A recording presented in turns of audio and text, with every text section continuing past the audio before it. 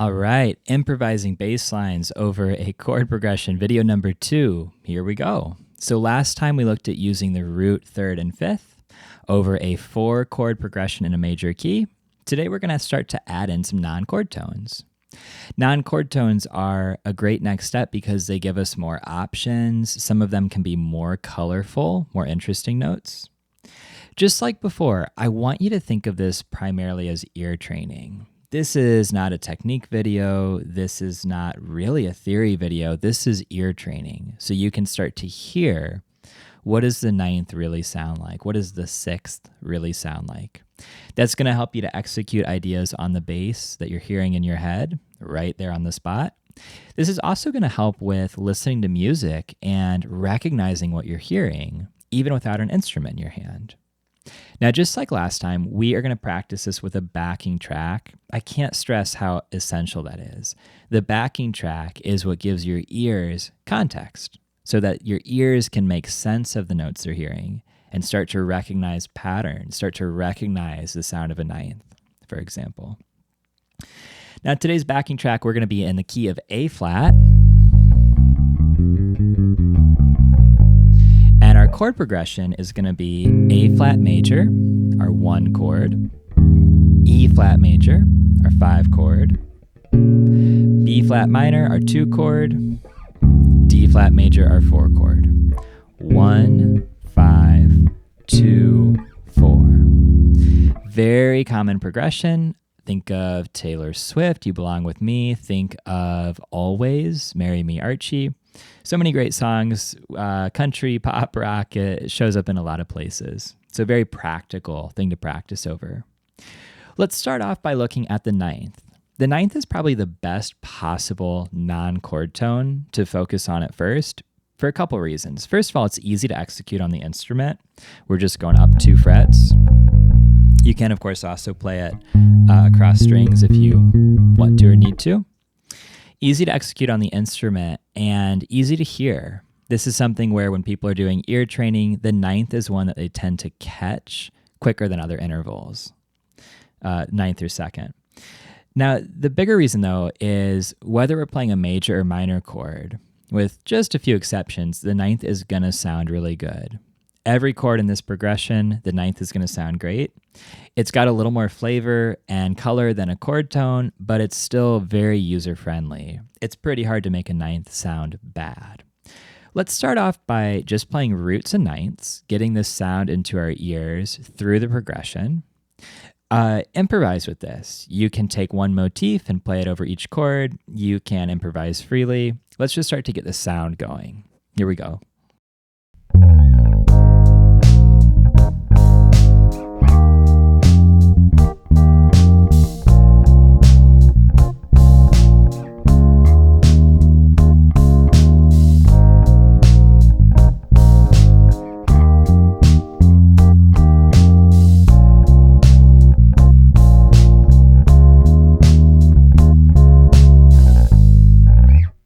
Cool. Worth noting, with the 9th, you can take it up the octave. It's amazing how many bass lines that are intended to be more standout parts. Maybe a producer wanted something that was going to grab the attention a bit, function as a melody alongside supporting. How many bass lines like that rely on the 9th up an octave? This is a really classic sound, super versatile. You can easily start to get this going in your lines. You can use this as a fill or as part of the line itself. Let's hear what it sounds like.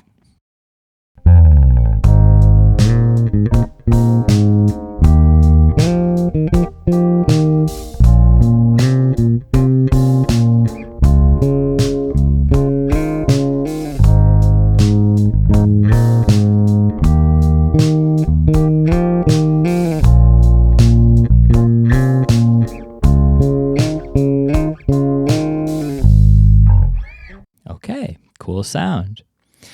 Now, once you've spent some time with that, maybe playing it in some different keys, maybe playing it in some different parts of the neck on your bass, you can begin to introduce back in the notes we looked at last time, the 3rd and the 5th. You could play everything, but sometimes when we give ourselves a lot of options, when we're first learning to improvise, what comes out is actually less interesting. It's a little counterintuitive, but it's true. Sometimes you'll get better lines and also train your ear more quickly if you limit yourself to maybe 3 notes. So let me show you what that would look like.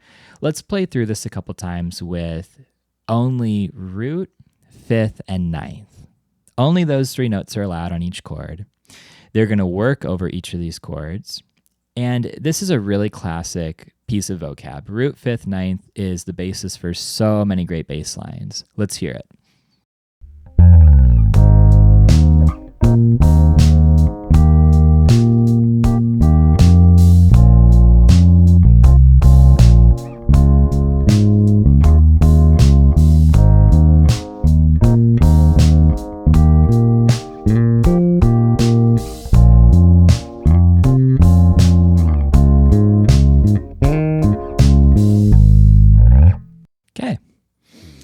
You can use that as a fill too. Quick demonstration here. Take the root, slide up an octave, root, 5th, 9th. Here we go.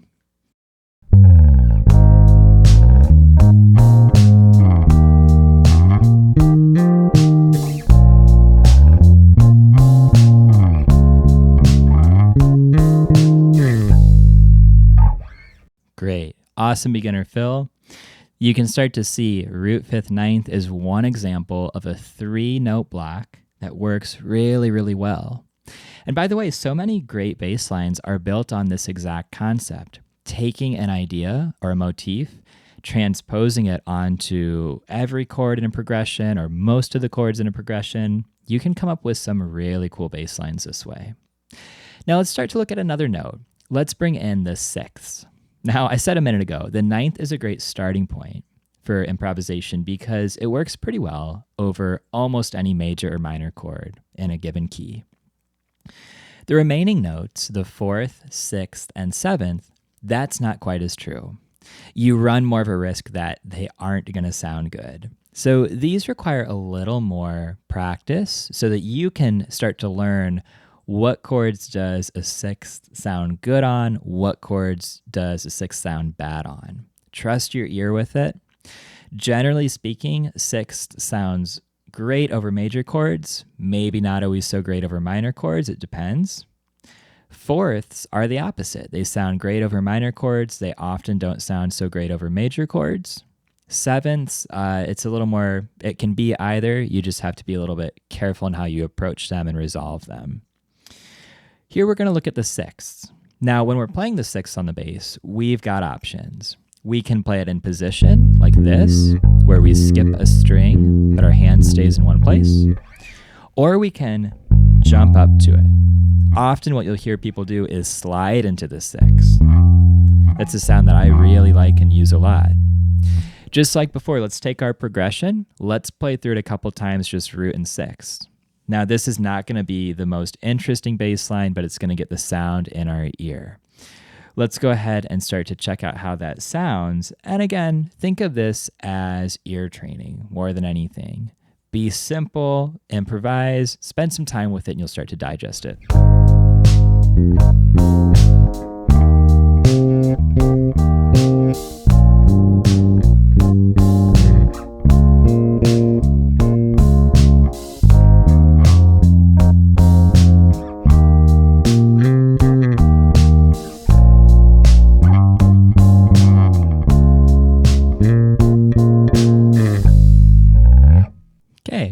You probably hear what I mean, that the root and the 6 don't necessarily sound that great just by themselves. And over that 2 minor chord, it can be a little bit funky, especially with this kind of backing track. But stick with it. Once you get the sound of these notes in your ears, you can start to add in other notes that are going to give this more context and make it sound smoother. Let's go ahead and look at combining some of this stuff. So far we've got root, 3rd, and 5th from the first video. And today we've added in the 9th and the 6th.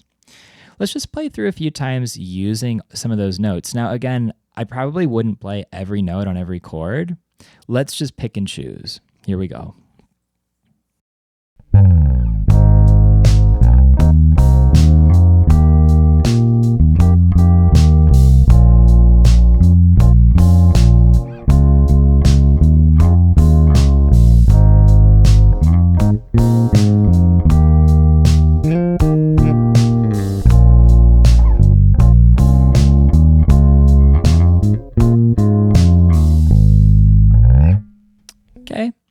So that's probably how it's going to sound when you're starting to improvise. You're probably going to play a lot of notes. You're probably going to play kind of a different idea over every chord.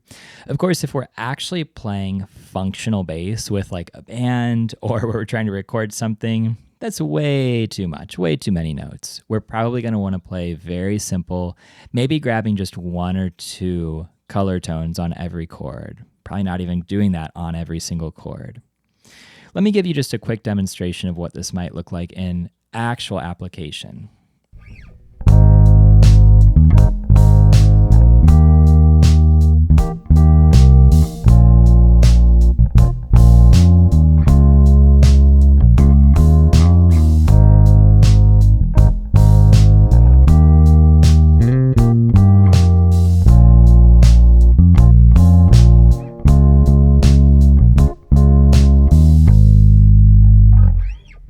Even that's probably busier than I would actually play with a band, but it gives you the idea that really we want to keep our role, which is mostly supporting the harmony by making it clear what the chord is by playing the root.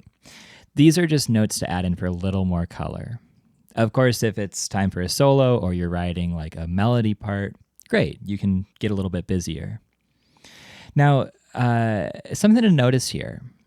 All we've done is outline the pentatonic scale. Let me show you what I mean. If we've got our A flat, what notes have we looked at? We've looked at the root, the 9th, the 3rd, the 5th, the 6th, the root. That's just a pentatonic scale. All we've done is outline that basic scale. And there's a reason why when people are learning to improvise, they often start with the pentatonic. It's very user-friendly. It's a little bit difficult to make it sound bad. Not necessarily the most colorful thing in the world. These are still fairly like vanilla digestible notes, but there's a bit of interest there. Rather than thinking of this as a scale, though, where I'm just moving my hands up and down the shape, we're thinking of it in these videos as a collection of sounds, and we're getting acquainted with each sound.